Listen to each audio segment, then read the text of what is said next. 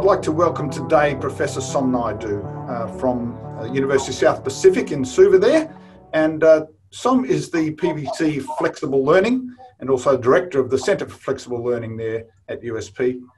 Som and I go way back. I think Som started at USQ, University of Southern Queensland in 1992. And I was there at the time and was there for 5 or so years. But Som's also the recent past president of ODLAA, the Open Distance Learning Association, and has also been the editor of the Journal of Distance Education for 23-something years. So look, he's pretty cluey about the whole open and distance learning thing, going way back to the heady days of open and distance learning that we were looking at back in the 90s there. But Som, thanks for joining us. And open education. We're talking about open education in this series, and open education may mean different things to different people. What does open education mean to you? Thank you, Michael. Thank you very much for this invitation and the opportunity to talk about open education. As you know, the subject is very close to my heart, both of our hearts, I would say. And you're right, we go a long way back, and we have given this topic a lot of thought. And I'm delighted that you've started this conversation with that question, because it needs to be talked about. A lot of people, when they talk about open education, seem to think pretty much about open educational resources, MOOCs and micro-credentials. And my take is much broader than that. I will come to that point in a minute, but I think that open education, the idea of open education, is a lot bigger. And those of us who have been in the distance education and independent study or self-study tradition will realize that open education actually comprises of 3 things, if I can take some time to articulate that.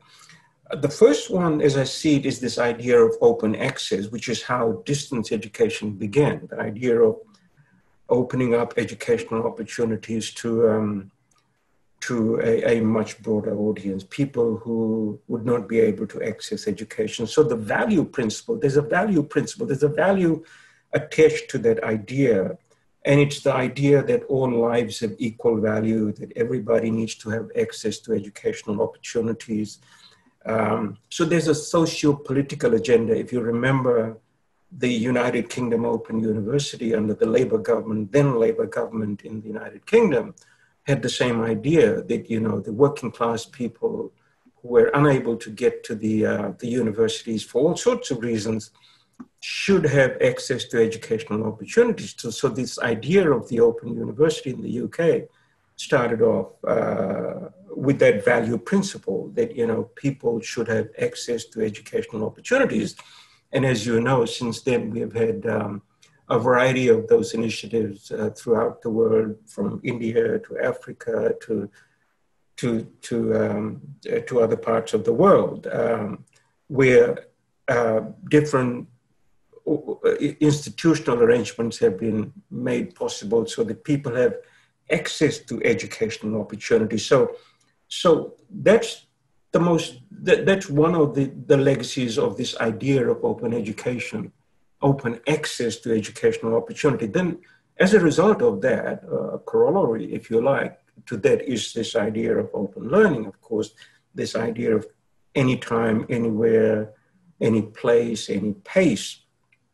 But that too has a value principle that people should have freedom and flexibility to be able to choose the mode, medium, and place and pace of study as well, so that everybody doesn't need to go at the same pace. So those 2 are the things that we've been familiar with. Now, open education has taken on newer meaning over the last 10 years, I would say 10, 12 years, with the emergence of open educational resources, MOOCs and micro-credentialing. So I would lump that under a label called open scholarship. And I like the term open scholarship because it brings up this idea of opening up your scholarship to other people to be able to access that scholarship, whether it be in the form of a lecture or an article or a book, and licensing it in different ways so that it's accessible to a wider audience. And especially if it is publicly funded, then it's open and accessible to the community at large, to ensure that, you know, people have access to information.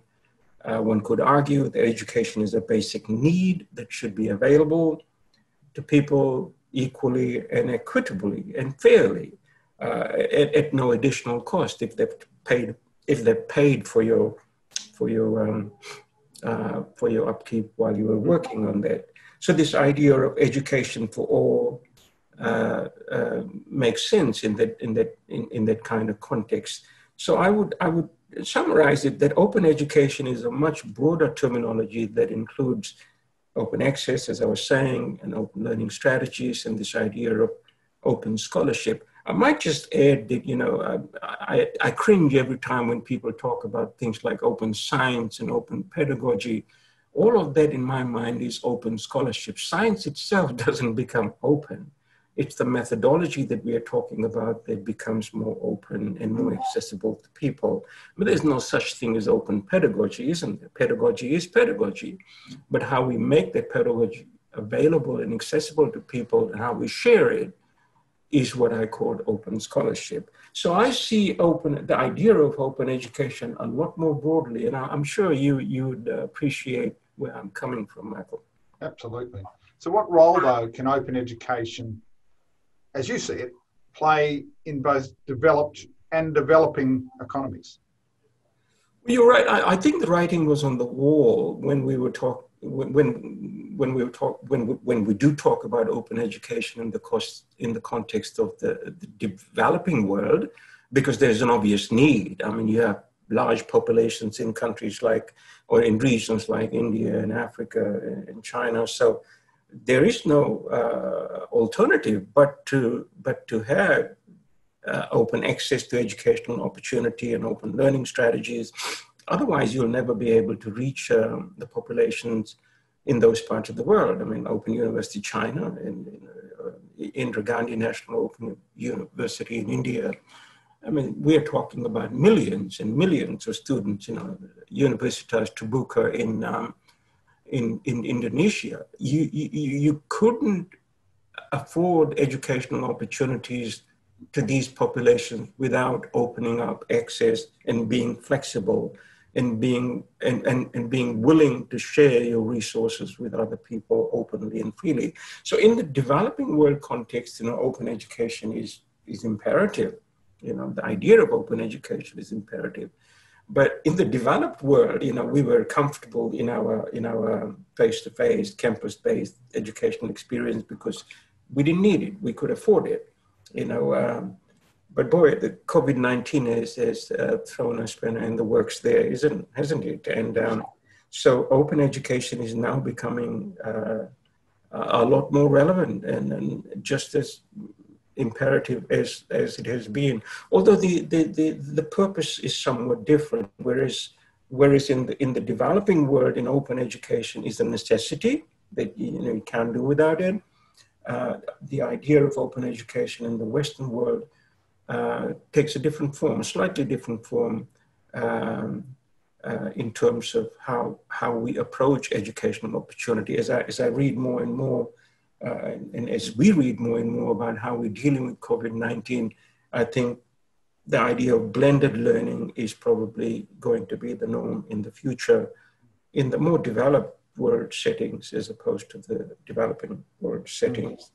Mm.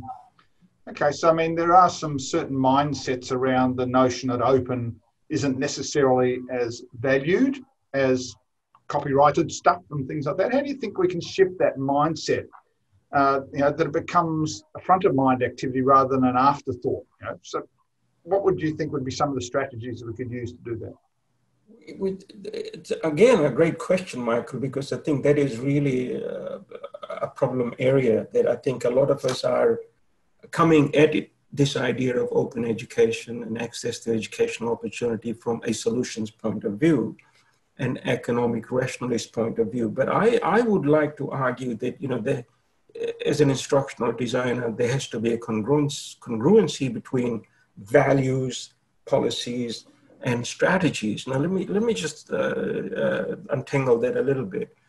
I think every organization needs to have a value principle for what they're doing. If you look around Australian universities and if you ask the question, or any university for that matter, how many universities, let alone the religious organizations, begin with a value principle? What are the values? We often talk about learner-centeredness and student-centeredness and those sorts of things. I mean, that is coming close, but I would dare suggest that very few organizations begin with clearly articulating what are the values, what are the value principles. And then, having said that, how do the policies that they have on the ground, articulate from those value principles? Let me give you an example. At the University of the South Pacific, I came here about 3 years ago. We started developing policies around flexible learning. It's ironic that a university that has been in the business of distance education for 50 years did not have a policy, a clearly articulated policy on the policy library, so to speak, around flexible learning. So we developed a policy around flexible learning. Similarly, we developed a policy around open educational resources. So it's a top-down approach as well as a bottom-up approach. You begin with some value principles which are articulated in the strategic plan, and then your policies, follow on from that, so that people are guided by the policies that are there on the ground. And the third part of that equation is that then your strategies, your teaching and learning strategies on how you mix and match and how you use, say, technology-enhanced learning to address those policy directions is imperative, I think. So to summarize that, I think, there has to be a clear articulation of the policy and then the development of policies on the ground in relation, following on from those values. And then of course, strategies that align themselves with there's no point having a policy and then not doing what the policy says, which is often the problem in organizations. And then the fourth one, how do you change mindset? Well, mindsets are hard to change, but there's no better way to change mindset than immersing people into those practices. So the best way is to have people engage with open, flexible learning and technology-enhanced learning, and then learning by doing, so to speak, but obviously orchestrating their experience. So that's how you're going to change mindsets. That's how you're going to win champions and then use champions. And we know how we can use champions to promote.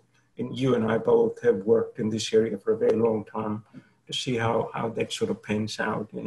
There will be obviously critics and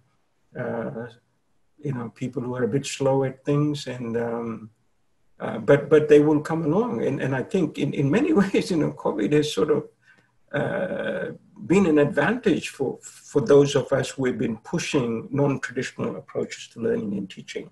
Mm-hmm. Cool. So any last thoughts on the challenges and opportunities that lie ahead of us? Well, I kind of sort of touched on that in my last comment there. I think, COVID-19 has really shed a different light on things. I mean, if you want to look at it this way, sort of in a Charles Dickens kind of metaphor, that it's been the worst of times. I mean, if you think about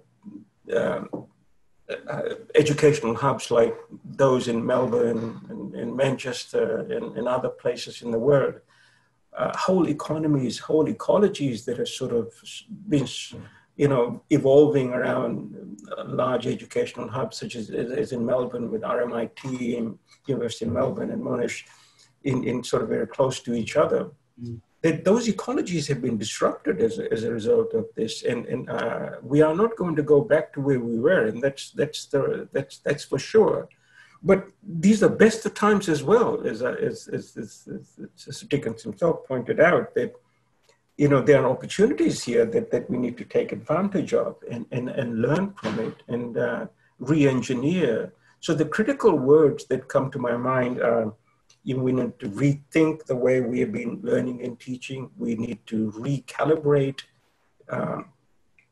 our strategies, and we need to re-engineer. And every university needs to do that. Unfortunately, and this is the challenge that I'm seeing, is that while the opportunities are there, a lot of our approaches are somewhat reactionary. Excuse me, I cringe at terminologies like remote teaching and emergency remote teaching.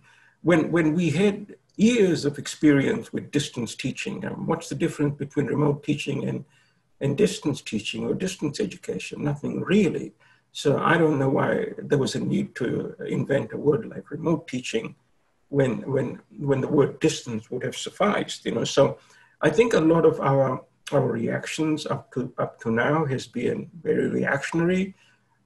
We haven't taken the time to stop and look at what is available.